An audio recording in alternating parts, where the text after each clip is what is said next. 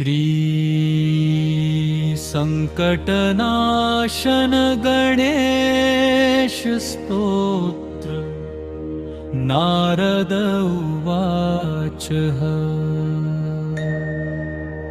प्रणम्य शिरसा देवं गौरीपुत्रं विनायकं भक्तावासं स्मरे नित्यम् आयुकामार्थसिद्धये।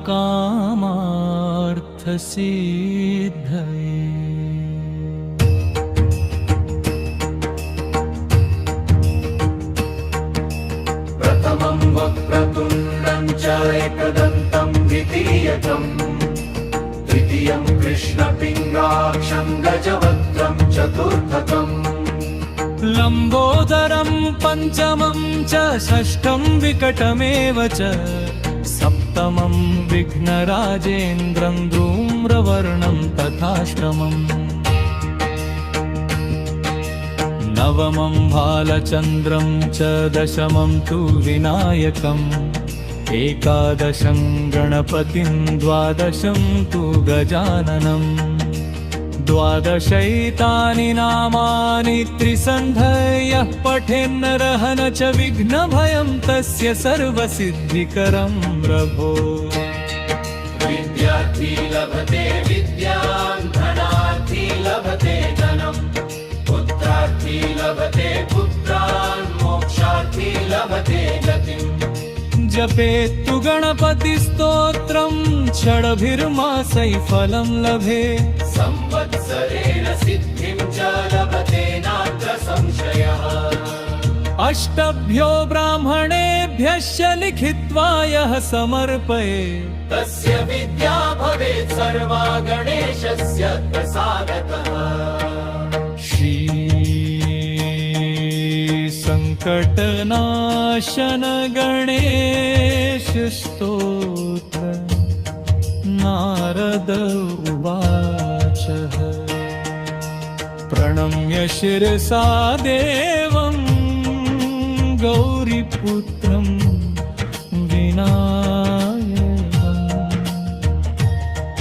भक्तावासं स्मरे नित्यम् आयुकामार्थसिद्धये।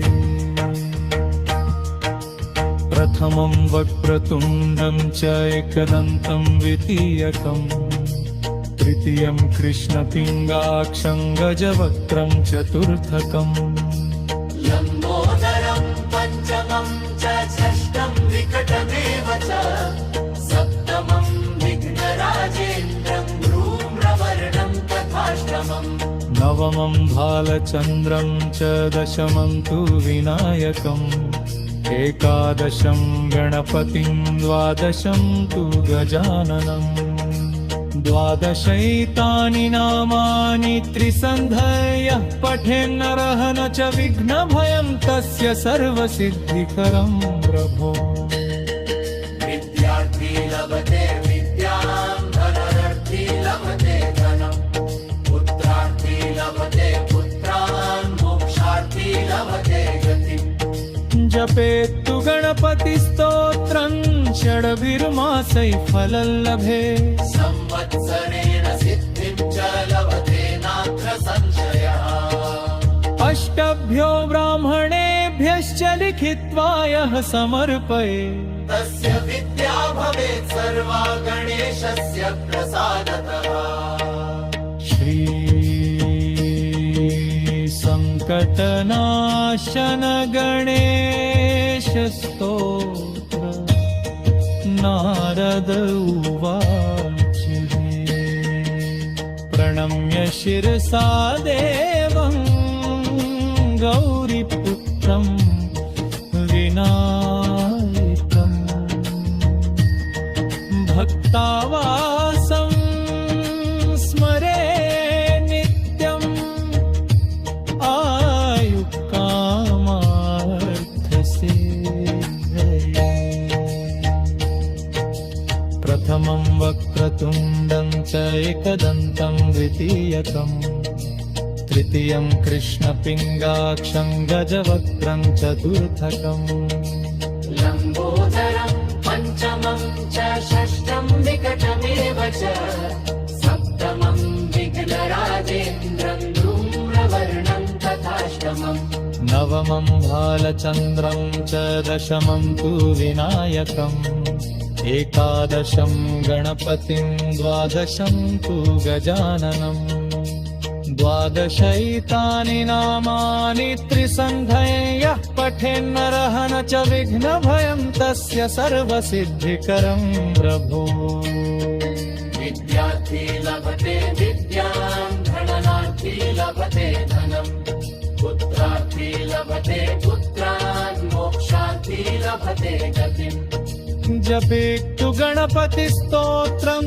षडभिर्मासैः फलं लभे संवत्सरेण सिद्धिं च लभते नात्र संशयः अष्टभ्यो ब्राह्मणेभ्यश्च लिखित्वा यः समर्पये तस्य विद्या भवेत् सर्वा गणेशस्य प्रसादतः श्री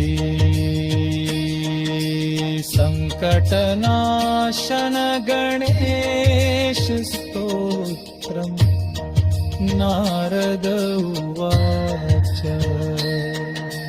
प्रणम्य शिरसा देवं गौरीपुत्रं विनायकम्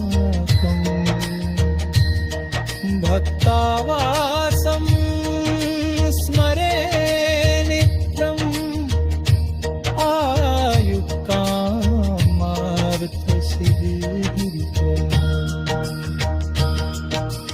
प्रथमं वक्रतुण्डं च एकदन्तं द्वितीयकम् तृतीयं कृष्णपिङ्गाक्षं गजवक्त्रं चतुर्थकम् लम्बोदरं पञ्चमं च षष्ठं विकटमेव च सप्तमं विघ्नराजेन्द्रं धूम्रवर्णं तथाष्टमम् नवमं भालचन्द्रं च दशमं तु विनायकम् एकादशं गणपतिं द्वादशं तु गजाननम् द्वादशैतानि नामानि त्रिसन्धिं यः पठेन्नरः न च विघ्नभयं तस्य सर्वसिद्धिकरं प्रभो विद्यार्थी लभते विद्यां धनार्थी लभते धनम् पुत्रार्थी लभते पुत्रान् मोक्षार्थी लभते गतिम् जपेत्तु गणपतिस्तोत्रम्